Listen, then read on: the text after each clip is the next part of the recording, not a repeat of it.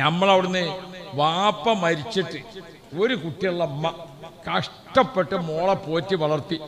കഷ്ടപ്പെട്ടാണ് അമ്മ പോറ്റി വളർത്തിയത്.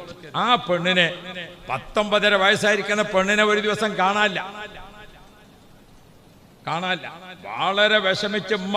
അപ്പൊ ആരോ പറഞ്ഞു കുട്ടി ഇങ്ങനെ ഒരാളായിട്ട് ബന്ധമുണ്ട് പോയിക്കണ്. ആ അമ്മ വളരെ കഷ്ടപ്പെട്ട് അവസാനം പോലീസിൽ കൊടുത്ത് മൈസൂരിന്നോ മറ്റോ പെണ്ണിനെ പിടിച്ചു കൊണ്ടുവന്ന് കോടതിയിൽ ഹാജരാക്കിയപ്പോ ഈ പോറ്റി വളർത്തിയ അമ്മ ഉണ്ടല്ലോ, വാപ്പല്ലാതെ കുട്ടിനെ പോറ്റിയ അമ്മയല്ലേ, ചെറുപ്പത്തിൽ വാപ്പ മരിച്ചിക്കണ്. ആ അമ്മ കോടതിക്കാണ് പോയി. ഇന്നെ കണ്ടാ എന്റെ കുട്ടി ഒപ്പം പോരുന്ന അമ്മ വിചാരിച്ചത്. പെണ്ണ് തിരിഞ്ഞു നോക്കിയില്ല അമ്മാനെ. കോടതി ചോദിച്ചു, നീ ആരെ കൂടെയാണ് പോണത്? ആ നിൽക്കുന്നത് ആരാന്ന് ചോദിച്ചു. അത് ഉമ്മയാണ്.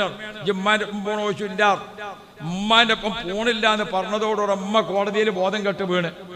ഉമ്മാനെ മറ്റുള്ള ആളുകൾ കൂട്ടിയിട്ട് ഓട്ടോറിക്ഷയ്ക്ക് കയറ്റിയിട്ടുണ്ട് കൊണ്ടുവന്നാക്കി. അല്ലാഹു റബ്ബി, ഈ പെണ്ണെന്ത് ചെയ്തു? വാട്സപ്പിൽ കിട്ടിയ ചെറുപ്പക്കാരന്റെ കൂടെ പോയി. ഒരു വർഷം പൂർത്തിയായി. ഈ പെണ്ണ് വാടക എവിടെയോ താമസിക്കാണ്. ഹോസ്പിറ്റലിൽ പ്രസവത്തിന് കടത്തി. ഈ പെണ്ണ് ഗർഭിണിയായി പ്രസവിച്ചു കഴിഞ്ഞു. ഈ ഉമ്മ ഇതൊന്നും ആർക്കും ഉമ്മക്ക് വിഷമിച്ച് കഴിയാണ്. പ്രസവം കഴിഞ്ഞിട്ട് കുട്ടിനെ സിസ്റ്റർമാര് ഇവന് കൊണ്ടുവന്ന് കാണിച്ചു കൊടുത്തു. കുട്ടിനെ ഒരു നോക്ക് കണ്ടുങ്ങാണ്ട് ഓനാണ് പോയതാ. പിന്നെ ഓൻ്റെ ഒരു അഡ്രസ്സും ഇല്ല. എന്താ സംഗതി? പ്രസവിച്ചു നോക്കുമ്പോ കുട്ടിക്ക് മുച്ചിരിങ്ങൊക്കെ മനസ്സിലായി. ഈ മുകൾ ഭാഗത്തെ ചുണ്ട് രണ്ടും ഇങ്ങനെ വേറിട്ട് നിൽക്കാണ്. മനസ്സിലായോ? മൂക്കിന്റെ ഈ പാലുണ്ടല്ലോ, ഇതിങ്ങനെ പൊന്തി നിൽക്കാൻ.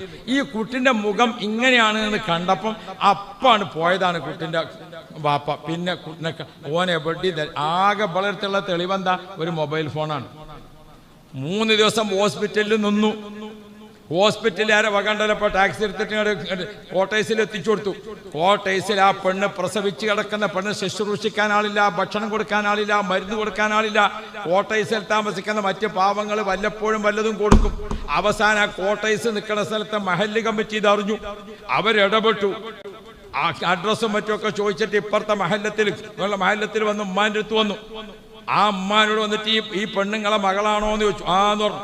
എന്നാ ഓളിപ്പം ഇങ്ങനെ വല്ലാത്തൊരു കഷ്ടപ്പാടിലാണ്. അപ്പ അമ്മ പറഞ്ഞു, കഷ്ടപ്പെട്ടോട്ടെ, നിങ്ങൾ നോക്കിക്കോളിയും, എനിക്കാ മകളെ വേണ്ട.